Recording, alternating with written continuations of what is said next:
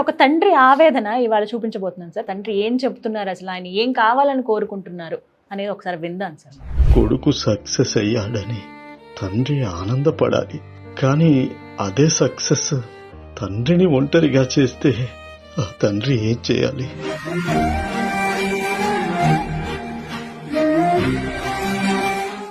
ఇప్పుడు నాకు వయసు 60 దాటింది. కొద్ది రోజుల కిందట నాకు హార్ట్ అటాక్ కూడా వచ్చింది. ఈ టైంలో నా కొడుకు నాతో ఉంటే చాలు అనుకున్నాను, కానీ నా కొడుకు తన జాబే ముఖ్యమని అనుకున్నాడు.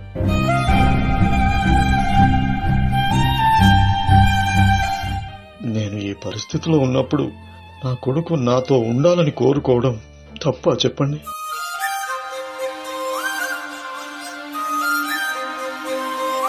ఆఖరి చూపులకు కూడా నోచుకొని పరిస్థితులకు వెళ్ళిపోతున్నారు కొంతమంది. అదే సంఘటనలో అక్కడ జాబ్ తీసేశారు, ఏం చేస్తావు? సడన్గా అమెరికన్ గవర్నమెంట్ ఇప్పటి నుంచి మా దేశంలో ఎవరు ఉండడానికి లేదంటావు, ఏం చేస్తావు? జీవితం అంటే ఫారిన్లో సెటిల్ కావడం ఎవరు నేర్పారు? అంటే ఏదో కష్టం వచ్చినప్పుడు రావాలనే ఒక ఆలోచన అయితే ఉండాలి కదా. అది పిల్లలకి కష్టం వచ్చినప్పుడు రావాలంటే ఫస్ట్ జీవితంలో నువ్వు విలువలు నేర్పాలి కదా.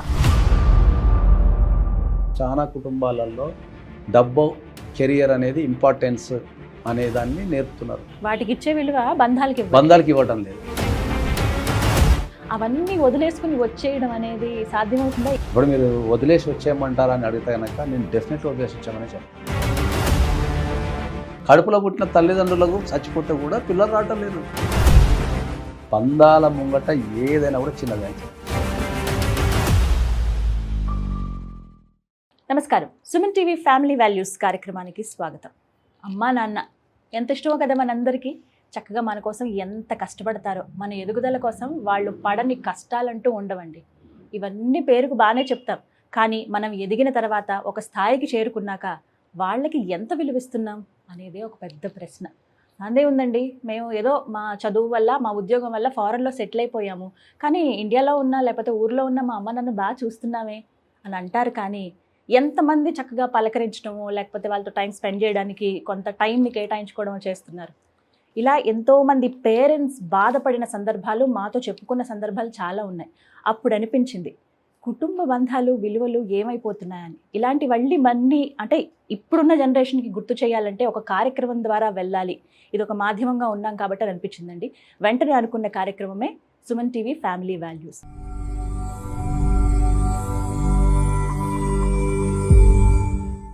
మరి ఇవాల్టి కార్యక్రమంలో ఒక అతిథి మనతో పాటు ఉన్నారు. వారే పూజారి నాగేశ్వరరావు గారు. ప్రముఖ న్యాయవాదిగా అలాగే సైలాజిస్ట్గా మనందరికీ బాగా పరిచయస్తులు వారు కుటుంబ విలువల గురించి ఏ విధంగా చెప్పి చక్కటి సలహాలు కూడా ఇస్తారు.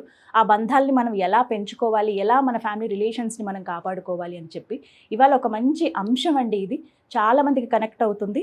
మీరు మొత్తం పూర్తిగా వీడియో చూడండి, డెఫినెట్గా కనెక్ట్ అవుతారు. చాలామందికి ఈ వీడియోని మీరు షేర్ చేస్తారు కూడా. ఇంకా ఆలస్యం చేయకుండా ఇవాళ డిస్కషన్ మనం స్టార్ట్ చేద్దాం. సార్ నమస్కారం. ఫ్యామిలీ వాల్యూస్ ఎప్పుడు చాలా బాగా చెబుతూ ఉంటారు మీరు. నేను కూడా కొన్ని వీడియోస్లో ఇలా చూశాను. ఒక సలహా ఇవ్వడం, ఆ సలహా ఇంప్లిమెంట్ చేస్తే నిజంగా సక్సెస్ అవుతుంది కూడా, బంధాలన్నీ నిలబడతాయి. అయితే ఈ పేరెంట్స్ విషయంలోనండి, ఇంతకుముందు నేను మాట్లాడినట్టు చాలా కథలు, ఇప్పుడు కేవలం ఒకటే నేను మీకు ఇవాళ వీడియోలో చూపించబోతున్నానేమో, కానీ ఎంతోమంది మా తల్లిదండ్రులు ఇలా ఉన్నారండి, లేకపోతే మా పిల్లలు ఇలా ఉన్నారండి అని చెబుతూ ఉంటారు. అందులో ఎక్కువగా మాట్లాడింది పిల్లల గురించి. అంటే పిల్లలు ఎదిగారని సంతోషించాలా, మాతో టైం స్పెండ్ చేయట్లేదని బాధపడాలని, అంటే ఒక మదన పడిపోతున్న కొంతమంది పేరెంట్స్ బాధలు విన్నా కనిపించింది. అంటే ఇలాంటివి మీరు ఎప్పుడన్నా విన్నారా? పిల్లలు పేరెంట్స్తో టైం స్పెండ్ చేయట్లేదు. ఇప్పుడున్న సమాజంలో అది వాస్తవం, మీరు చెప్పేది వాస్తవమే. ఎందుకంటే ఇప్పుడు పిల్లలు పేరెంట్స్తో టైం స్పెండ్ చేయడం అనేది వాస్తవం. కానీ ఇప్పుడు పేరెంట్స్ విషయానికి వస్తే సార్, చక్కగా పిల్లల్ని చదివిస్తారు. అంటే ఒక ప్రెస్టీజ్గా భావిస్తారు. పిల్లలు ఫారెన్లో చదువుతున్నారన్న, వాళ్ళని అక్కడ చదివించామండి, అక్కడ సెటిల్ అవుతాం అంటున్నారని చాలా గొప్పగా చెప్పుకుంటారు. అంతా బాగానే ఉంటుంది. వాళ్ళు వెళ్ళిపోతారు, అక్కడ సెటిల్ అయిపోతారు, ఎప్పుడో పండగకో పబ్బానికో వస్తారు. కొన్నిసార్లు రాని పరిస్థితి కూడా ఉంటుంది. కానీ ఇక్కడ పేరెంట్స్ పడే బాధ చాలా, అంటే అది వర్ణన. ఎవరు నేర్పారు దాన్ని వాళ్ళకు? అంటే అది ఎవరి ప్రాబ్లంగా చూడాలి? ఎవరు నేర్పారు దాన్ని వాళ్ళకు? జీవితం అంటే ఫారిన్లో సెటిల్ కావడం ఎవరు నేర్పారు? అంటే ఏదో కష్టం వచ్చినప్పుడు రావాలనే ఒక ఆలోచన అయితే ఉండాలి కదా. అది పిల్లలకి కష్టం వచ్చినప్పుడు రావాలంటే ఫస్ట్ జీవితంలో నువ్వు విలువలు నేర్పాలి కదా. అర్థమైందా? కష్టానికి ఉన్న విలువ నేర్పాలి నువ్వు. ఒక కష్టం వచ్చినప్పుడు ఒక వ్యక్తి పక్కన ఉండడం నేర్పాలి, ఒక అవసరం ఉన్నప్పుడు ఉండడం నేర్పాలి కదా. నీ పెంపకంలో తప్పు ఉన్నప్పుడు నువ్వు పిల్లల నుంచి ఏం ఆశిస్తావు? ఓకే, ఇది మీరు చెప్పే మాట. ఎందుకు పంపిస్తున్నావు నువ్వు? నీ దేశంలో చదువు లేదా? అంటే ఈ దేశంలో చదువుకున్నాడు వాడు బాగుపడలేదా? మనం పిల్లలకు నేర్పాల్సింది విలువలు. అంటే మనం నిజాయితీగా ఉండటం నేర్పాలా, ప్రేమించడం నేర్పాలా, నిలబడటం నేర్పాలా, ఓకే, కష్టాలు వచ్చినప్పుడు మనం కాపాడుకోవడం నేర్పాలా. ఇది కదా మనం నేర్పాల్సింది జనానికి. ఏ జీవితానికైనా ఇవి ఉంటే కదా వాళ్ళ జీవితం పరిపూర్ణమయ్యేది. నీ జీవితంలో ఇవన్నీ లేనప్పుడు ఇంకా నీ పరిపూర్ణత ఏడుంది? ఇవాళ కూడా మీరు అన్నట్టు చాలా మంది చచ్చిపోతే కూడా రావటం లేరు. కడుపులో పుట్టిన తల్లిదండ్రులకు చచ్చిపోతే కూడా పిల్లలు రావటం లేరు, రకరకాల ఇష్యూస్ వల్ల. నేను 2 సంఘటనలు చూసినాను నా లైఫ్లో. రీసెంట్గా యూకే పోయినప్పుడు ఒక అబ్బాయి పోయి 9-10 సంవత్సరాలు అయింది, ఇంట్లో ఎవరు చచ్చిపోయి రావటం లేడు. యూఎస్లో కూడా ఒకటి అట్లే ఉన్నారు. నువ్వు ఏం నేర్పుతున్నారు మరి పిల్లలకి? పూర్తిగా చచ్చిపోతున్నాయి బంధాలన్నీ కూడా. అదే అంటున్నా నేను. ఇది ఇప్పుడు చెప్పే పాఠాల నుంచే కదా మన విలువలు నేర్చుకోవాల్సింది అంటున్నా నేను. ఇవాల్టి సుమన్ టీవీ ఫ్యామిలీ వాల్యూస్లో ఒక తండ్రి ఆవేదన విందాం సార్. ఎంతో ప్రేమగా, అంటే మనం మన ఇంట్లో పరిస్థితి మామూలు చిన్న ఎగ్జాంపుల్గా చూసుకున్నా, మొక్కను చాలా చక్కగా పెంచుకుంటాం, బాగా పెరిగి పెద్ద అవుతుంది. అదే విద్యుత్ తీగలుగా అడ్డం వచ్చినప్పుడు ఖచ్చితంగా ఆ మొక్కని కట్ చేయాల్సిన పరిస్థితి. అవునంటారా కాదంటారా? ఇది ఉంటుంది డెఫినెట్లీ. ఆడ విద్యుత్ తీగలు వేసిన తప్పంట నేను. మీ పర్సెప్షన్ ఎలా ఉంది ఆలోచించే విధానం. కానీ ఒక తండ్రి ఆవేదన ఇవాళ చూపించబోతున్నాను సార్. ప్రతి కుటుంబాలలో ప్రతి తల్లిదండ్రులు పడుతున్న చాలా ఆవేదనలు చూద్దాం. దాని ఒకసారి ఆ తండ్రి ఏం చెప్తున్నారు, అసలు ఆయన ఏం కావాలని కోరుకుంటున్నారు అనేది ఒకసారి విందాం సార్. మనం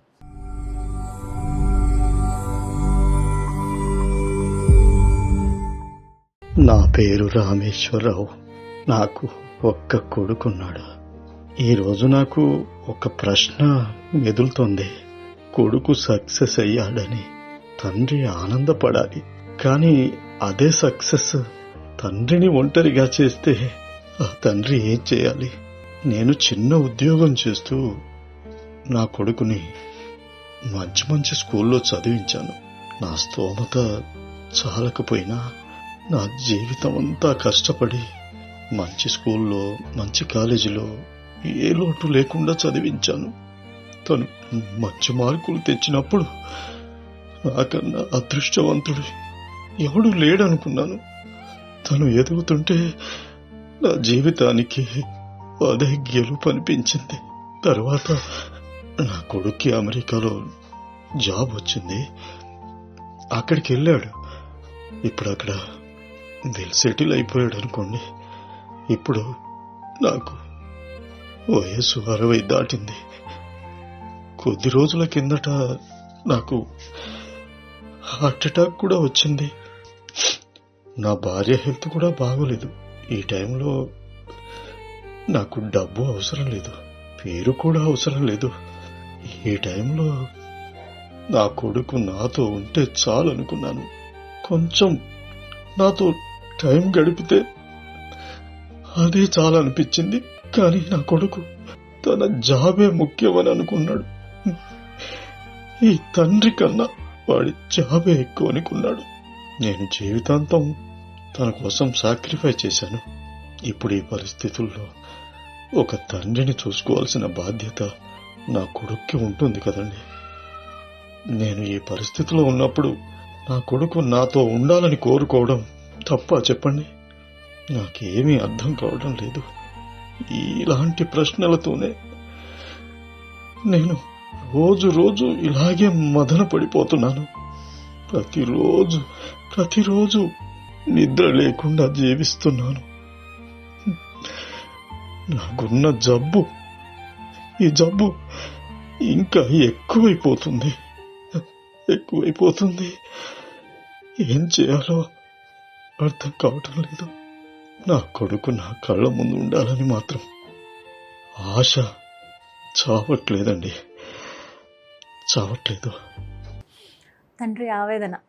ఇది భారతదేశం ఇప్పుడు ఎదుర్కొంటున్న సమస్యల్లో ఇది కూడా ఒకటి. దీనికి మైగ్రేషన్ పెయిన్స్ అంటారు. అదేంటి సార్? మైగ్రేషన్ అంటే ఏంటంటే బతకటం కోసం విదేశాలకు వెళ్ళిపోయి ఆ బతికే క్రమంలో జీవితాన్ని కోల్పోతున్నారు అందరు.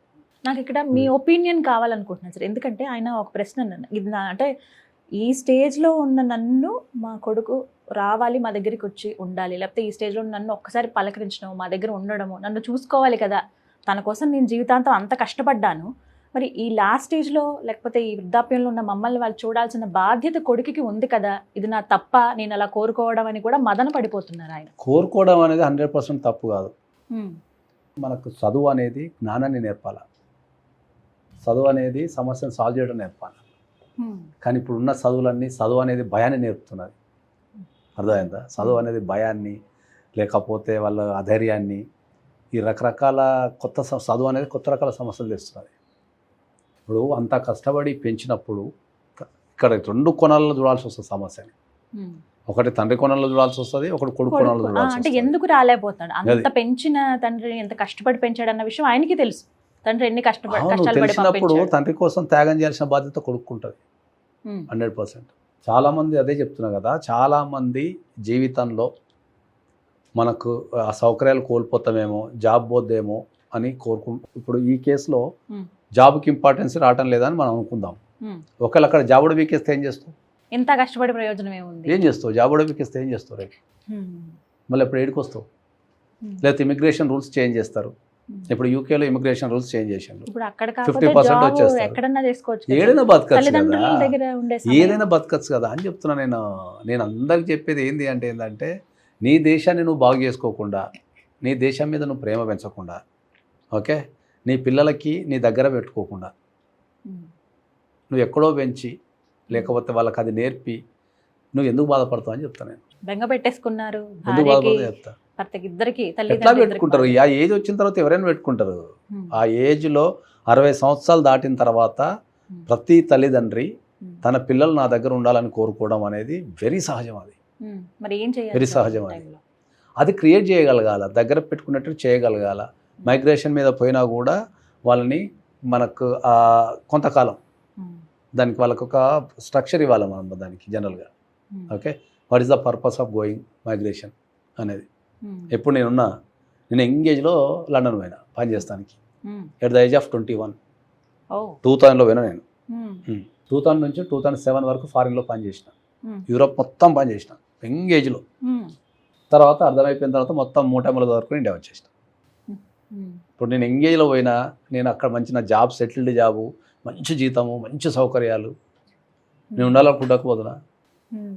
ఎంగేజ్లో మళ్ళీ బ్యాక్ వచ్చేసిన, మళ్ళీ ఇక్కడే పెళ్లి చేసుకున్నా, ఇక్కడ పిల్లలే కానీ ఇండియాలోనే ఉంటున్నా నేను. ఇప్పుడు మా మదర్ని మంచిగా చూసుకుంటున్నా. మంచి దాన్ని బ్యాలెన్సింగ్ చేయగలగాలంట నేను. ఆ బ్యాలెన్సింగ్ అనే సిస్టాన్ని మనం ఫ్యామిలీస్లో నేర్పాలా. నేర్పడం వల్ల మన మైగ్రేషన్ వెళ్ళటం అనేది తప్పు కాదు. దేనికి వెళ్తున్నావు, ఎందుకు వెళ్తున్నావు, వాట్ ఈస్ ద పర్పస్. పెంచే విధానంలో నేను అందరికి చెప్తున్నా, చాలా కుటుంబాలలో డబ్బు, కెరియర్ అనేది ఇంపార్టెన్స్ అనేదాన్ని నేర్పుతున్నారు, స్ట్రెస్ గురి చేస్తున్నారు. వాటికి ఇచ్చే విలువ బంధాలకి ఇవ్వటం లేదు. అది నేను చెప్పేది. నువ్వు ఏడా పోయినా మళ్ళీ ఇడికే రావాలా, ఎన్నో తిరిగి కుటుంబాన్ని స్ట్రాంగ్ చేసుకుంటే సరిపోద్ది అని చెప్తాను. ఆఖరి చూపులకు కూడా నోచుకొని పరిస్థితులకు వెళ్ళిపోతున్నారు కొంతమంది. నేను అందరికి ఒక విషయం చెప్పగలుగుతా, మన ఎంట్రన్స్ ఎట్లయినా ఉండని, ఫేర్వెల్ మాత్రం గ్రాండ్గా ఉండాలి. ఆ ఫేర్వెల్ అనేది నువ్వు ఎంత గ్రాండ్గా చేసుకుంటావు అనేది నీ జీవితం మీద ఆధారపడిందని చెప్తా. ఫేర్వెల్ అనేది గ్రాండ్గా ఉండాలంటే కుటుంబం అనేది స్ట్రాంగ్ ఉండాలి. ఇద్దరి వెర్షన్లో చూడమన్నారు సార్. కానీ ఇప్పుడు సరే, వాళ్ళ పరిస్థితి ఒక్కసారి మనం కొడుకు పరిస్థితి నుంచే చూద్దాము. ఒకవేళ ఆయన అంత బాగా సెటిల్ అవుతున్నారు, మేము ఇక్కడ, మా పిల్లలు ఇక్కడే ఉన్నారు, వాళ్ళు ఇప్పుడు ఎదిగే క్రమంలో ఉన్నారు, మంచి మంచి ఇల్లు, ఫారెన్లో ఇల్లు కట్టుకోవడం అంటే గొప్ప విషయమే, మంచి సంపాదన ఉంది, అంతా బాగుంది, అవన్నీ వదిలేసుకుని వచ్చేయడం అనేది సాధ్యమవుతుందా ఈ రోజుల్లో? ప్రాక్టికల్గా మాట్లాడుకుందాం, ఏదో మాట వరుసకని కాకుండా. 2 విషయాలు మనం గమనించాల్సింది ఏంటి అంటే, దీంట్లో ఇప్పుడు మీరు వదిలేసి వచ్చేయమంటారా అని అడిగితే కనుక నేను డెఫినెట్లీ వదిలేసి వచ్చామనే చెప్తాను. సాధ్యం అవుతుందా సార్? ఎందుకు కాదు సాధ్యం. ఇప్పుడు 2 కోణాల్లో దీన్ని మాట్లాడితే డబ్బే ప్రధానం కనుక అయితే, మీరు ఇంతకుముందు ఒక మాట చెప్పారు కదా, ఫారిన్లో ఇల్లు కొనుక్కోవడం చాలా కలన్నారు కదా, హైదరాబాద్లో కొనమండి సార్ ఇల్లు, ఫారిన్లో అవసరం లేదు. వాళ్ళది గొప్పగానే చెప్తారు సార్. వాళ్ళు చెప్తారు, అక్కడ అమెరికాలో నువ్వు ఎంత కొన్నా 5 కోట్లకి ఇల్లు వస్తున్నది, జూబ్లీస్లో పోతే 20 కోట్లు చెప్తున్నారు. కాబట్టి నేను అనేది ఏంటంటే బంధాలను మించింది ఏది ఉండదు. బంధాలను మించింది ఏది, బంధాల ముంగట ఏదైనా కూడా చిన్నది అని చెప్తాను నేను. కాబట్టి నీ తల్లిదండ్రులు కనుక బాధలో ఉంటే, నీ తల్లిదండ్రులు కనుక కష్టాల్లో ఉంటే, నీ తల్లిదండ్రులు కనుక అనారోగ్యం పాలైతే, ఈ ప్రపంచానికి నిన్ను చూపించి, ఈ ప్రపంచంలో నిన్ను గెలిపించి, ఓకే, ఈ ప్రపంచానికి నిన్ను పరిచయం చేసిన తల్లిదండ్రుల కోసం నువ్వు ప్రపంచంలో ఎన్ని ఉన్నా కూడా వదులుకొని రమ్మని చెప్తాను. వదులుకొని రమ్మనే చెప్తారు. అది 100% సాధ్యం వదులుకొని కా- రమ్మని చెప్తా. సాధ్యం అసాధ్యం అనేది మన చేతుల్లో ఉంటుంది.